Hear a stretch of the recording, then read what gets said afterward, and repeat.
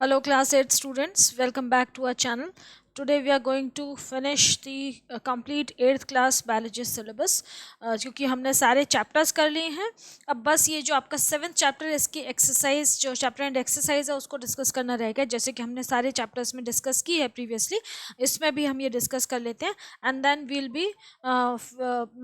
B done with the full biology syllabus of the class 8th। ठीक है, complete हो जाएगा।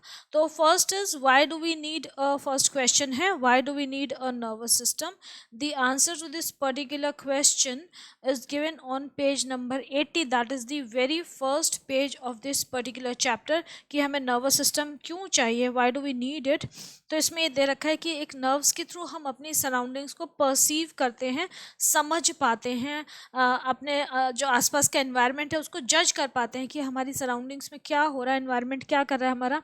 Then it also helps us to critical thinking में help करता है, रिमेंबरिंग में हेल्प करता है। It helps us to think, remember, analyse and monitor so many situations, क्योंकि सीट ऑफ मेमोरी है, सीट ऑफ लर्निंग है हमारा सेरिब्रम जो है, CNS का part. Then it controls all the voluntary as well as involuntary activities. हमारी body जितनी भी अपनी मर्जी से काम करती है और जो इनवॉलेंट्री एक्शंस हैं जो कि अपने आप होते रहते हैं, like the working of our respiratory system, the working of our circulatory system, ये सारे जो सिस्टम्स हैं इनवॉलेंट्री एक्टिविटीज़ हैं, तो ये सब भी नर्वस सिस्टम के थ्रू ही कंट्रोल होती हैं। Okay, next is describe the structure of neuron with the help of a labeled diagram। एक labeled diagram की help से आपको न्यूरॉन का structure describe करना है। That is again given on page number 80। मैंने आपको बोला था न्यूरॉन का डायग्राम ज़रूर प्रैक्टिस करिएगा, बहुत ईजी है बनाना, यहाँ भी बना हुआ है। न्यूरॉन का डायग्राम सबसे ईजी डायग्राम होता है, लेकिन इसको बनाना ज़रूर आना चाहिए, लेबलिंग के साथ इसकी प्रैक्टिस करिएगा। स्ट्रक्चर आप बता दीजिए कि उसमें एक साइटोन होता है, सेल बॉडी, एक्सॉन होता है जो कि एक डेंड्राइट जो लंबा हो जाता है, एक डेंड्रॉन उसको एक्सॉन बोलते हैं, और एक्सॉन एंडिंग्स होती हैं। ये हो गया आपका साइटोन। साइटोन में से निकल रहे हैं डेंड्राइट्स, ठीक है, डेंड्रॉन्स निकल रहे हैं, फिर डेंड्राइट्स निकल रही हैं। एक डेंड्रॉन जो है वो लंबा हो जाता है जिसको हम एक्सॉन बोलते हैं, एक्सॉन एंडिंग्स होती हैं ये। और जो ये एक्सॉन है it is covered by a myelin sheath, ठीक है। और ये जो पॉइंट्स हैं जहाँ पे कंस्ट्रक्शन दिख रहा है आपको, जहाँ पे कि माइलिन शीथ नहीं है, ये जो पॉइंट्स हैं, ये वाले जो पॉइंट्स हैं इनको हम बोलते हैं नोड्स ऑफ रैनवियर, ठीक है। रैनवियर बोलते हैं बेटा, इसको रणवीर नहीं बोलते, ठीक है। बहुत बच्चे इसको रणवीर बोलते हैं। तो नोड्स ऑफ रैनवियर हो गए, ये न्यूक्लियस हो गया। तो इस सिंपल से आपको डायग्राम बनाना आना चाहिए, लेबलिंग कर दीजिएगा। स्ट्रक्चर आप बता दीजिए कि ये साइटोन होता है, साइटोन में क्या क्या होता है, डेंड्रोन डेंड्राइट्स होते हैं, ये पूरा एक्सॉन है, और एक्सॉन एंडिंग्स और इनके functions. Next, what is the function of a, अच्छा ये तो हो गया, नहीं sorry, what is the function of a neuron, what is the role of synapse. अब न्यूरॉन का फंक्शन क्या है, न्यूरॉन का फंक्शन क्या, कंडक्शन ऑफ इम्पल्सेस, इम्पल्स को एक जगह से दूसरी जगह ट्रांसमिट करना। चाहे हम स्किन पे अपने जो हम फील कर रहे हैं कोई भी सेंसरी इम्पल्स है, सेंसरी न्यूरॉन उसको फील करता है, परसीव करता है और उसको ट्रांसमिट करता है ब्रेन में या स्पाइनल कॉर्ड में, ताकि हम ब्रेन या स्पाइनल कॉर्ड उसको जज कर सकें कि अब हमें क्या एक्शन लेना है। फिर वो रिस्पॉन्स भेजते हैं and that is activated through the, एक आपकी जो 3 न्यूरॉन है ना, सॉरी मिक्स नर्व्स होती हैं, उन नर्व्स के थ्रू आता है, सेंसरी नर्व के थ्रू मैसेज गया, और जो आपकी मोटार नर्व है उसके थ्रू ऑर्डर आता है कि आपको ये एग्जीक्यूट करना है, ये काम करना है। तो मोटार न्यूरॉन होते हैं मोटार नर्व्स में। तो फंक्शन ऑफ अ न्यूरॉन यहाँ पे दे रखा है कि they transmit messages in the form of electrical signals. तो टू एंड फ्रो मैसेजेस होते हैं, मतलब रिसेप्टर ऑर्गन से लेके ब्रेन या स्पाइनल कॉर्ड में मैसेज पहुंचाया जाता है कि ऐसा ऐसा हमें फील हो रहा है, अब हम क्या करें, ब्रेन या स्पाइनल कॉर्ड डिसीजन लेती है कि अब आप ऐसा करिए, तो वहाँ से रिस्पॉन्स आता है। तो दोनों चीज़ें ये काम है, दोनों चीज़ें कन्वे करने का, जो इम्पल्स हैं ये इलेक्ट्रिकल इम्पल्स की फॉर्म में कन्वे होते हैं मैसेजेस। तो न्यूरॉन का ये फंक्शन है, it is given on page number 80 and 81। Synapse का रोल क्या है, सिनैप्स जो है वो दो न्यूरॉन्स के बीच में एक माइक्रोस्कोपिक गैप है, जंक्शन है, जो कि इम्पल्स को ट्रांसमिट करने में हेल्प करता है। एक न्यूरॉन से दूसरे न्यूरॉन के बीच में जो इम्पल्स का ट्रांसमिशन होता है that is done through synapse. और इसमें होता क्या है कि एक न्यूरॉन की जो एक्सॉन एंडिंग्स हैं वो दूसरे न्यूरॉन की किससे कंबाइन करती हैं, डेंड्राइट्स से। यहाँ पे दूसरा न्यूरॉन होगा, ठीक है, ये एक दूसरा न्यूरॉन है। तो इसकी जो ये डेंड्राइट्स है ना, इससे एक्सॉन एंडिंग्स कंबाइन करती हैं, एक न्यूरॉन की एक्सॉन एंडिंग दूसरे न्यूरॉन की डेंड्राइट्स के साथ कंबाइन करके इम्पल्स को ट्रांसमिट करती हैं। तो आप देख रहे हो यहाँ पे ये दूसरे से बना दी, ये देखो ये जो चीज़ है, ठीक है, they never touch each other, लेकिन इनके बीच में हमेशा एक माइक्रोस्कोपिक गैप रहता है, लेकिन यहाँ पे ये ट्रांसफ़र होता है इम्पल्स का। So that is known as synapse. तो सिनैप्स का रोल क्या है कि सिनैप्स जो है वो मैसेज कन्वे करने में हेल्प करती है, इम्पल्स कन्वे करने में हेल्प करती है, and it is unidirectional, एक ही डायरेक्शन में मैसेज या इम्पल्स कन्वे होता है। The next is what is impulse what are nerves, write the function of all the three types of nerves। तो nerve क्या है ये आपका दे रखा है, पेज नंबर यहाँ पे 81 में दे रखा है कि a bundle of nerve fibers that is axons enclosed in a medullary sheath is called a nerve। बहुत सारे nerve fibers एक medullary sheath के अंदर रहते हैं, उसको nerve बोलते हैं। तीन तरह की नर्व जो होती हैं वो कौन सी होती हैं, sensory nerves, motor nerves and mixed nerves. Sensory nerve जो है उसमें सेंसरी न्यूरॉन होते हैं जो कि जो हमारा सेंसरी फंक्शन, जो सेंसरी ऑर्गन है, सेंस ऑर्गन है, वहाँ से मतलब स्टिमुलस को रिसीव करती हैं और ब्रेन में कन्वे करती हैं।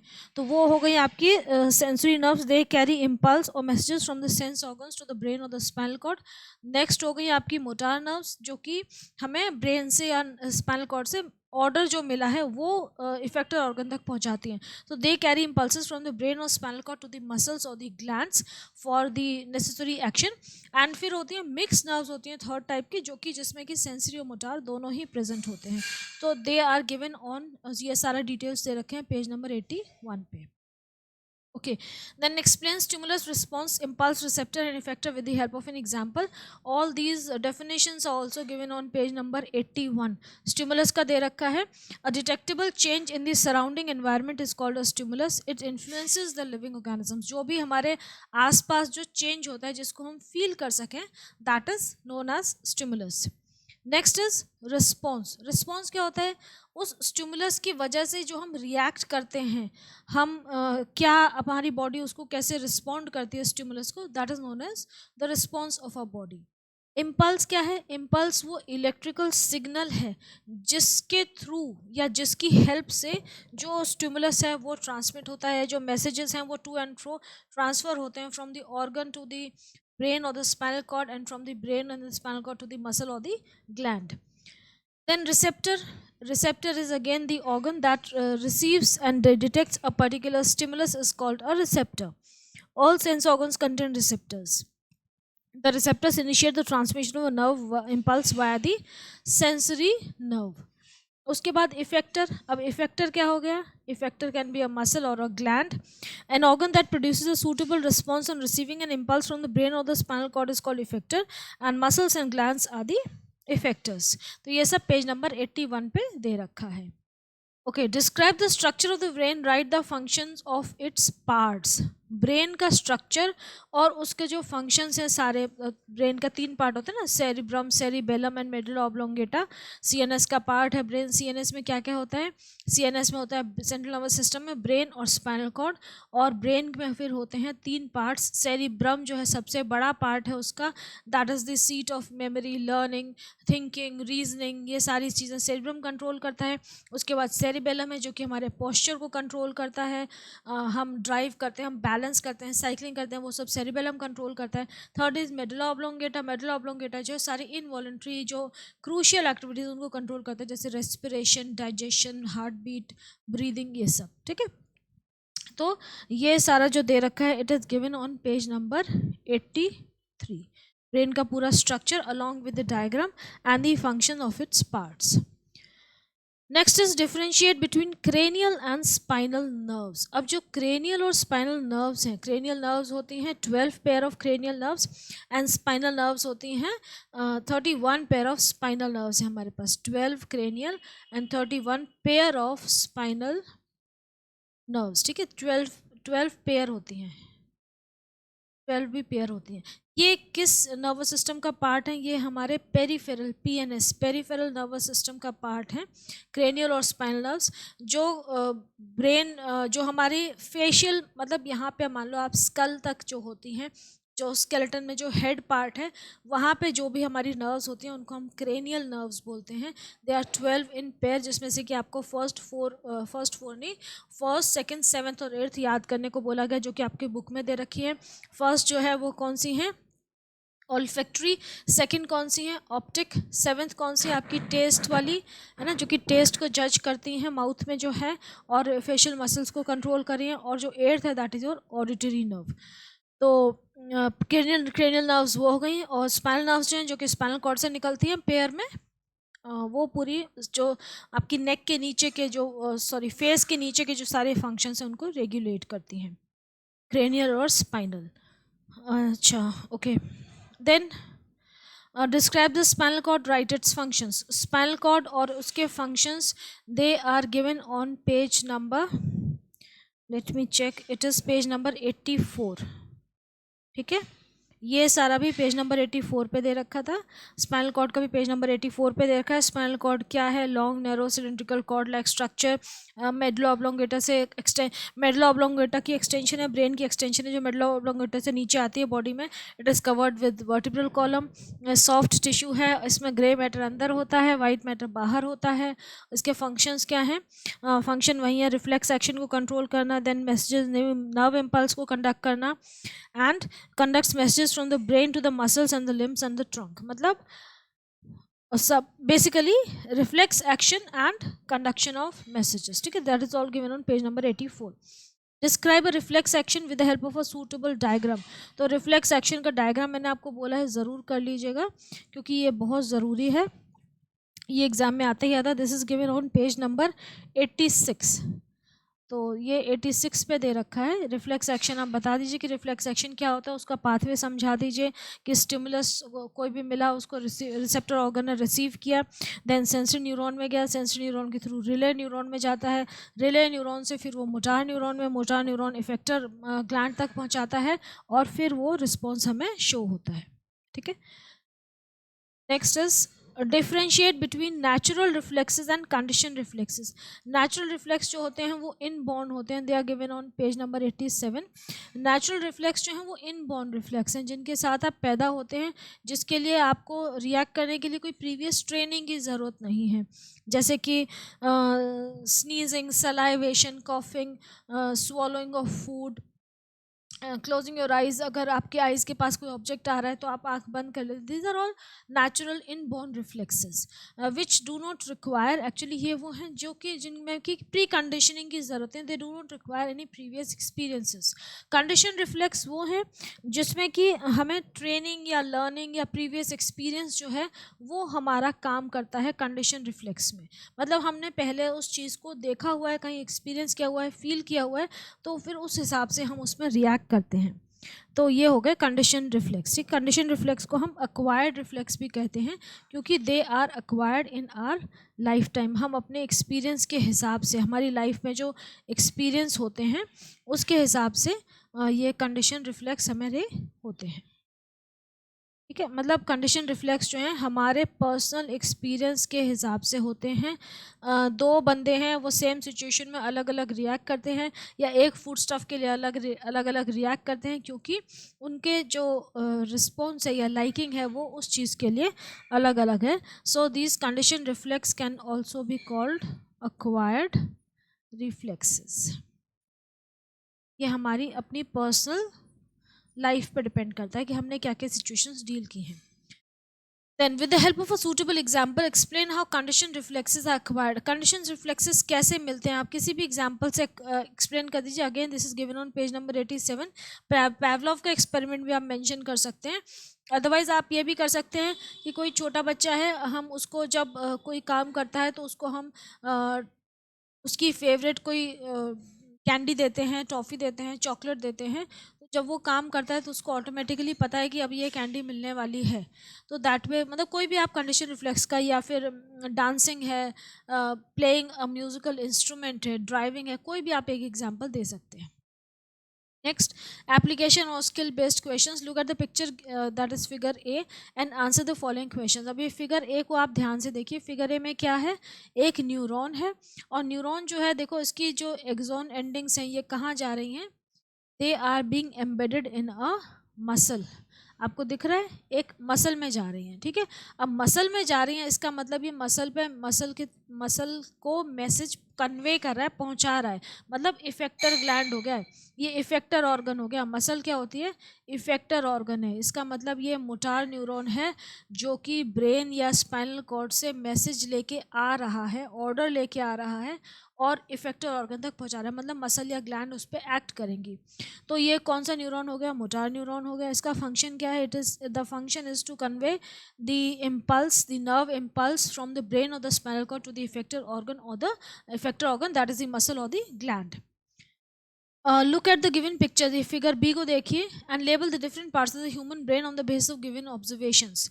अब आपको ये लेबलिंग करनी है। Damage to this part can lead to blindness even though the eyes are working properly. तो ये हो गया सेरिब्रम, आप सेरिब्रम को लेबल कर दीजिए यहाँ पे, है ना, सेरिब्रम हो गया। Next is a person might never be able to ride his bicycle again after a fall due to damage of this part of the brain. ये बैलेंस जो है ये सेरिब्रम है, तो यहाँ पे आप सेरिब्रम मैनेज मार्क कर दीजिए। Next, a boy walks barefoot in his room and accidentally steps on a pin lying on the floor. He immediately moves his foot away. Give a reason for the response. Barefoot चल रहा है एक लड़का, मतलब नंगे पैर चल रहा है, एक्सीडेंटली एक पिन पे उसका पैर पड़ गया तो वो फटाफट अपना पैर हटा लेगा, वेट नहीं करेगा किसी चीज़ का। तो इसका रीज़न क्या है? Reflex action. रिफ्लेक्स जो है उसका रिफ्लेक्स शो करता है फटाफट कि उसको पिन से प्रॉब्लम हो रही है बॉडी में, तो उसने फटाफट उसको रिमूव कर लिया। तो ये रीज़न क्या है? ये रिफ्लेक्स एक्शन है that is controlled by your spinal cord. Next, when you see और smell tasty food that you have eaten earlier your mouth starts watering. ठीक है, मतलब यहाँ पे क्या है? ईटन अर्लियर, तो ये प्री कंडीशनिंग है, ठीक है, कंडीशन रिस्पॉन्स है ये, मतलब कि पहले आप इसको फील कर चुके हो। Okay, but when you see that food that you have not tasted earlier, watering of the mouth does not occur. ये क्या है? जब हमने देखा कि हमें जो खाना, मतलब हमें इसका टेस्ट नहीं पता था, उसको देख के हमारे मुंह में पानी नहीं आता है ना, that is also pre type of pre conditioning, क्योंकि हमने उसको कभी टेस्ट ही नहीं किया है। तो name the part of the nervous system involve in a response. अब हमारा जो नर्वस सिस्टम का कौन सा पार्ट है जो इस पर्टिकुलर जो रिस्पॉन्स है उसमें इन्वॉल्व है? तो ये एक्चुअली रिफ्लेक्स एक्शन है, ये रिफ्लेक्स एक्शन इन्वॉल्व होता है इसमें। तो नर्वस सिस्टम का कौन सा पार्ट है जो कि रिफ्लेक्स एक्शन में इन्वॉल्व होता है? That is your spinal cord, that is a part of central nervous system. Okay, why is the response different in both the situations? क्योंकि प्री कंडीशनिंग की बात हो रही है भाई। एक कंडीशन में वो बंदे को पहले ही टेस्ट पता है, उसको टेस्ट वो अच्छा लगा था तो सलाइवेशन हो गया, बॉडी ने वैसे रिस्पॉन्ड किया, सलाइवरी ग्लैंड्स एक्टिवेट हो गए एंड दे सलाइवेटेड। एंड दूसरे में उसको टेस्ट नहीं पता था तो the person did not respond. Name the stimulus in the above action. Stimulus क्या है? The food. The food is the stimulus in the above action. अब फूड में आप दो चीज़ और लिख सकते हैं कि फूड जो है सिर्फ फूड लिखेंगे, या फिर आप ऐसे भी लिख सकते हैं कि साइट और स्मेल ऑफ फूड। ठीक है, तो साइट और स्मेल ऑफ फूड लिखेंगे वो ज़्यादा बेटर रहेगा, क्योंकि यहाँ पे लिखा हुआ है ना व्हेन यू सी और स्मेल टेस्टी फूड। तो साइट और स्मेल ऑफ फूड जो है वो स्टिमुलस हो गया इस पर्टिकुलर एग्जाम्पल में। So we finish. Make a chart model to show the function of nervous system. ये मेरे ख्याल से आपके क्लासरूम डेकोरेशन में आपकी मैम बनवाएंगी, बना दीजिएगा। Okay, so we finish with this 8th class syllabus of biology. Do let me know if you have any issues. Now हम केमिस्ट्री की तरफ बढ़ेंगे, केमिस्ट्री फिनिश करेंगे। Okay, take care, all the best.